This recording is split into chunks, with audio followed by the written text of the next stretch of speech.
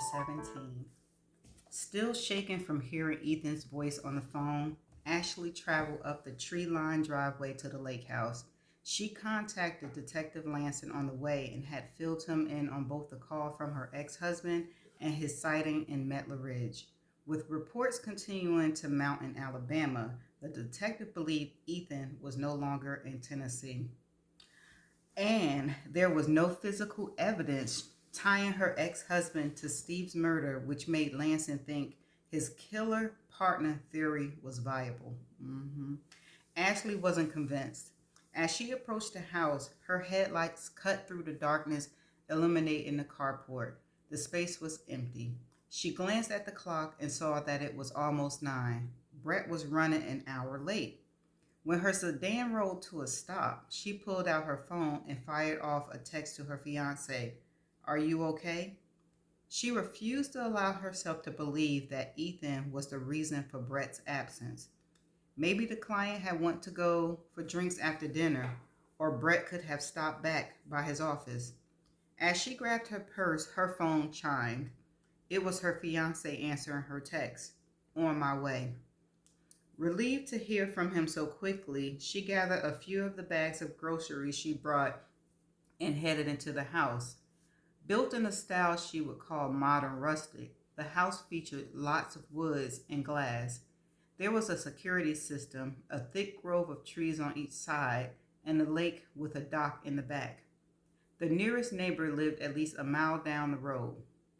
Although they no longer had a guard for protection, the fact that they were ensconced in the woods in the middle of nowhere with no way for anyone to connect them to the property made Ashley feel safer than she had in Briarwood.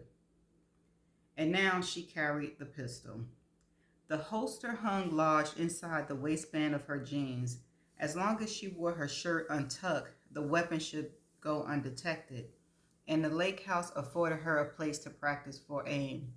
She purchased a pack of paper targets and an additional ammunition at the firearms store in Metler Ridge. Now she just had to break the news that she acquired a gun to her fiance. She wasn't quite sure how he'd react. Heading back to the car, she brought in the remainder of the groceries and stocked the fridge. She wandered out onto the front porch, sank onto the top step, and waited in the darkness for Brett. 2 questions had plagued her on the drive to the lake house.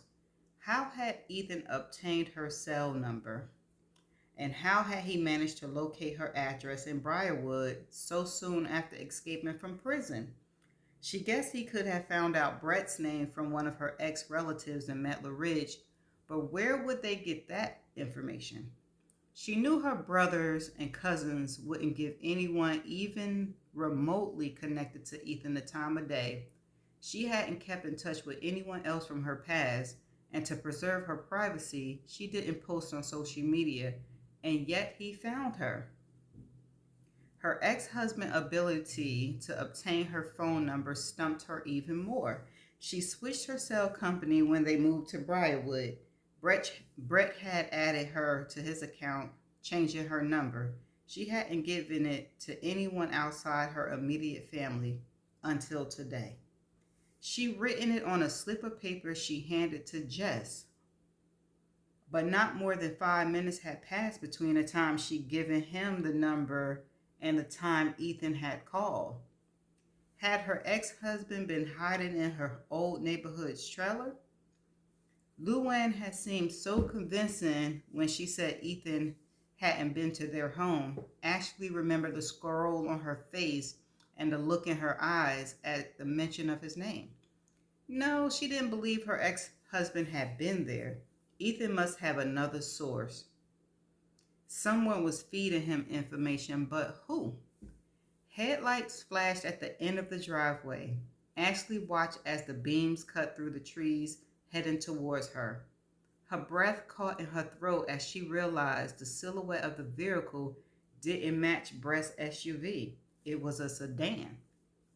She sprang from the porch steps and slipped around the corner of the house, ducking behind the boxwood scrubs. With a clear view into the carport, she hid and waited. She wondered if it was Brett's old college friend, but it seemed rather late in the evening for him to check on them. The sedan pulled into the carport. When the door opened, the car's interior lights switched on, eliminating the driver. Her fiance climbed out, lugging his laptop bag across his shoulder. He had a white box in his hand. Ashley emerged from her hiding spot. "Where's your SUV?" she asked him. He smiled in the moonlight. "At the airport. I rented this car to throw your ex off our trail. We should get you a rental in the morning." It was a good idea. Ethan had been inside their garage. He'd seen the vehicles they owned. "He called me today," she announced. "He what?" her fiance asked, shocked on his face. "What did he say?" Ashley trembled as she remembers Ethan's words. He said, "I'll see you soon," and then he hung up. "Did you tell a detective?" "Yes, but there's no way of knowing where Ethan was calling from. He blocked the number and he was probably using a burner phone anyway." Her ex-husband wasn't stupid enough to give away his location. He'd known to call. He'd known the call couldn't be traced. Brett nodded. "I brought you something from the restaurant," he said after a moment, handing her the box. Knowing her fiance, it was likely dessert. "Thank you," she said, smiling. Brat walked behind her into the house. She headed to the kitchen, stashed the box in the refrigerator, and then returned to the living room. Her fiance dropped his laptop bag on the sofa. "My day's been hectic," he told her. "Think I'll get some sleep." Brett had left his suitcase in the living room earlier when they first checked out the lake house. He grabbed it from the corner and strolled down the hallway. Both guest rooms were upstairs. He was headed toward the master bedroom. Ashley followed. "Does this mean you're claiming this bedroom?" she asked. "Or I'm still hurt." He is killing me. "I'm still hurt," he said, his expression serious. "But I love you, Ashley. Maybe we can work things out." Hope filled her heart. "I'm sorry for everything, for dragging you into this mess." "I know." He pulled back the bed covers and began to undress, his eyes appearing heavy. The way he looked, he'd fall asleep the minute he lay down. Ashley felt dusty from her day of shooting. She realized she forgot to tell him about the pistol. Since he seemed tired, the discussion could wait until morning. "I'm going to take a shower," she told him as he slipped into bed. In the master bathroom, she noticed a large jar of lavender bath salts next to the whirlpool tub. A hot soak might be just what she needed. She opened the faucet, adjusted the water temperature, and dumped a scoop of salt into the tub. When she returned to the bedroom to get her hair brushed, she heard Brett snoring. She envied his ability to fall asleep so fast. Smiling, she pushed the bathroom door closed to keep the light from bothering him. She sank into the warm water and switched on the jets. Just as she started to feel the tension leaving her body, she heard her cell ring. A pang of dread hit her. It could be Ethan. She grabbed her phone from the stool next to the tub and checked the caller ID. She was relieved to see Detective Lanson's name on the screen. Given the late hour, she knew the call must be important. She answered before the second ring. "Hello?" "Ashley, it's Lanson," he identified himself. "You know a guy named Ray Wilson from Chattanooga?" the detective asked her. She was familiar with the name, but she could only remember seeing the man once, maybe twice. "He and Ethan are cousins," she said, "but they've never been close." "You sure?" She paused, wondering which statement he was questioning. "I'm sure that they are related, and I'm also sure Ethan doesn't like Ray." "They spend time together?" She thought for a moment. "If they did, I wasn't aware of it. There's a lot of hostility between the two of them. It all goes back to the day Ethan's father, William, died. He and Ray's father, Doug, were out drinking. Doug was supposed to pick Ray up from the football practice, but Ray and Ethan were in high school at the time. Anyway, William decided to ride along with Doug, and they never made it. They crashed into a tree." "Killed them both?" "Yes, and Ethan feels like it's Ray's fault. He always say that Ray owes him." Lansing paused a moment. Looked like he might have paid up. She wondered what Ray had done that made the detective think the score had been even. Had Ethan somehow talked his cousin into helping him escape from prison? Was Ray supplying him with money and a place to hide out? What do you mean? You ever met you ever meet Ray? I know he was at a family reunion that Ethan and I attended not long after we were married. I may have seen him once after that, but I'm not sure. He's a ringer for your ex. She tried to picture Ray's face in her mind. Her memory was fuzzy, but she recalled that their bone structure was similar. With Ethan's hair cut short now, they probably did look a lot alike. Do the police in Alabama think that Ray is the person that they've been chasing? She asked, certain that she already knew the answer. Looks like it. Do they know where Ray is now? Alabama head Alabama HP found him earlier today near Quail Falls Campground. Did they bring him in for questioning? Does he know where Ethan is hiding? The detective hesitated a moment. Ray's dead, he said. Chapter 18. Dr. Charles Fisher stripped off his bloody scrubs along with the surgical cap covering his salt and pepper hair and tossed them into the locker room hamper in the labor and delivery unit of Cedar View Medical Center. Heard you had a rough night, Dr. Gaines, the skinny intern who reminded Charles of Bob Denver from Gilligan's Island, commented as he pulled a bag of chocolate chip cookies from one of the lockers. The rumor was true. It had been a difficult night. Called in for what he thought would be a routine birth, Charles had instead encountered a life-endangering hurdle. I had to perform an emergency cesarean, he said. The umbilical cord prolapsed, became compressed between the fetus and the mother's cervix, almost cut off the baby oxygen supply. The infant's heart rate had plummeted, and Charles feared they would lose her. To his relief, now at 2 a.m., both the newborn and the mother slept in comfortable, unharmed by the near-fatal complications. Glad I wasn't shadowing you tonight, Gaines said. The intern held out a bag of cookies. Charles shook his head. As he dressed into a long-sleeved shirt and slacks, his thoughts turned to his own daughter, due to give birth in just 2 short weeks. The pending arrival of his first grandchild thrilled him more than he ever believed possible. A baby boy his daughter and her husband had named Jacob Charles. The honor of having his name passed down warmed his heart and filled him with pride. His wife of 30 years, Cindy, was just as excited.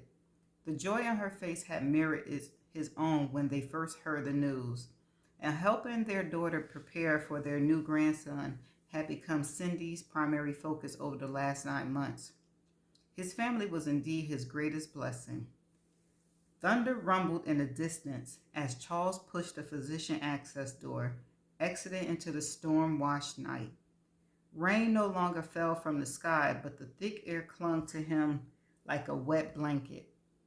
He trudged down the sidewalk line with orange cones that blocked off the main section of the staff area. With a repaving project underway, he'd been forced to park in the lot around the corner from the labor and delivery wing. When the sidewalk ended, he stepped out of the bright lights surrounding the physician entrance and onto the dimmer lit pavement. Dodging puddles, he navigated his way past a row of blue dumpsters. Hearing a noise behind him, he looked back over his shoulders. Footsteps? He was almost certain he heard someone walking near the dumpster, but now could see no one behind him. The hairs on the back of his neck sprang upright. It was possibly a destitute person who'd been digging in the trash, but he knew that not all of the homeless were harmless. A mentally ill vagrant had murdered one of the hospital nurses the year before. He increased his pace and rounded the corner of the building. Stunned, he stopped and stared at the empty space between Dr. Lee's SUV and Dr. Singh's convertible. Hours earlier, Charles had parked his Audi sedan between the two colleagues' automobiles. Someone had stolen his car. He reached into his pocket and pulled out his cell. He hated to wake Cindy, but he needed to let her know about the theft. He'd have to file a report and it might take a while for the police to arrive. Hearing another noise behind him, he swung back around toward the medical center. "Hi, Doc." A burly man with a buzz cut, dressed in hospital scrubs, stood in the shadows of the building, a knife in his hand. Charles' heart pounded in his chest. First his car, now his money, but neither was worth his life. "If you want my wallet, you're welcome to it. Just let me go back inside the hospital." "Your phone," the man ordered. "Of course, it's yours." He tossed the cell toward the man, expecting him to catch it, but the guy stood motionless as the phone crashed onto the pavement. His cell was the latest model, worth over $1,000, but the man had made no attempts to save it. Panic swept through Charles as he realized the encounter was more than a simple robbery. "What do you want?" he asked the man, trying to hide his fear. "You killed my kid." Charles had been fortunate. He only delivered 3 stillborn infants during the course of his medical career. The faces of all 3 of the babies' fathers were etched into his memory. The man standing before him now was a stranger. "I think you have me confused with another doctor." "Gonna carve you up," the man said. "Same way you cut up my kid." Cut up? Did he mean an abortion? Charles had never performed an abortion. He had to calm the man down, reason with him. "I don't know what you're talking about, but I'll help you," he said. "Come inside the hospital and we'll find out what happened to your child." "Don't need help," the man said, wild-eyed. "You do." The man lunged towards him. Charles raced behind Dr. Lee's SUV. A tall chain link fence bordered the parking lot, trapping him on 3 sides. To escape, he'd have to get past the guy with the knife and run back to the medical center. As the man bounded around the side of the SUV, Charles flew in front of Dr. Singh's convertible. He slammed both his fists down on the hood. The car alarm erupted, blaring into the night. He doubted the sirens could be heard inside the medical center, but it was worth a shot. Seemingly surprised by the alarming squeal, the man hesitated, granting Charles an opening. The doctor bolted towards the hospital. As he neared the corner of the building, his foot hit a puddle. I'm sorry. He slid across the slick pavement and tumbled backwards, landed hard. On the ground, get it together. On the ground, his gaze snapped back over his shoulder. The crazed man marched across the parking lot, laughing. Fear rising in his chest, Charles pushed himself to his feet. Pain shot through his, COCCYX. He also sprained his right ankle. In his condition, he couldn't outrun the man, would never make it to the physician entrance in time. He'd have to find a place to hide. Charles limped across the corner of the medical center. He headed for the row of blue dumpsters. If he ducked behind the bins, he'd be caught. He lacked the proper key card to open the service door located at the top of the ramp to his right. But the guy chasing him couldn't know that. Although the man wore scrubs, he wasn't a hospital employee. He wasn't wearing a badge. Charles pushed up the lid of the dumpster closest to the building, squared his palms on the edge of the opening, and jumped inside. As he pulled the lid closed, the stench from the rotten garbage in the bags beneath him wafted upwards. His stomach churned, and a knot formed in his chest as he waited in the darkness. After a few seconds, he heard footsteps. He strained his ear as the man circling the bend and then strolled up the concrete ramp. Silence as the guy paused. Maybe he was checking the door, probably noticing the keycard reader on the wall. Footsteps again as the man stepped back down the ramp and walked in line in front of the 4 dumpsters. Charles heard the lid of one of the bins creak open, rustling. Then a metallic clank as the lid slammed back down. Sweat soaked his shirt, dripped from his forehead as he listened to the second dumpster being searched. Charles dug his hand under the plastic bag beneath him and lifted them up on top of his body. Careful not to make a sound, he covered himself with as many bags as he could without cutting off his air supplies. The second lid clanked shut. The man moved to the third bin. Charles heard the creaking of the cover as it opened, but then there was silence. No sound of search. Was the dumpster empty, or had the guy decided to stop? The third lid crashed down. Charles held his breath, heard the man move in front of the final bin. His senses shifted into overdrive, his pulse racing. The lid of the dumpster groaned open. He felt the slight rock of the bin and the weight shift of the bags being rearranged on top of his body. Cool air hit him as the guy lifted the bag from his head and chest. Terror gripped Charles as he stared into the cold eyes of a madman. By Doc. As the maniac raised a knife, the faces of Cindy and his daughter flashed into Charles's mind. He didn't want to abandon the love of his life. He threw up his arms in defense, but the man struck hard. Charles felt a jolt of pain as the blade severed his aorta. Then the darkness rushed in to claim him.